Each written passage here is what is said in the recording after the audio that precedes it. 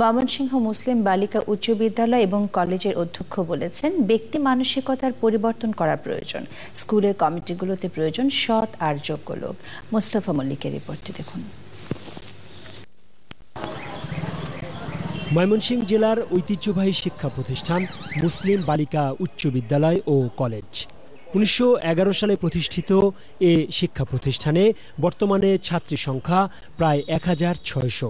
কলেজের অধ্যক্ষ বলেছেন, নিজে থেকেই কোনো প্রতিষ্ঠান পরিচালিত হয় না, ওই প্রতিষ্ঠানকে পরিচালনা করতে হয়।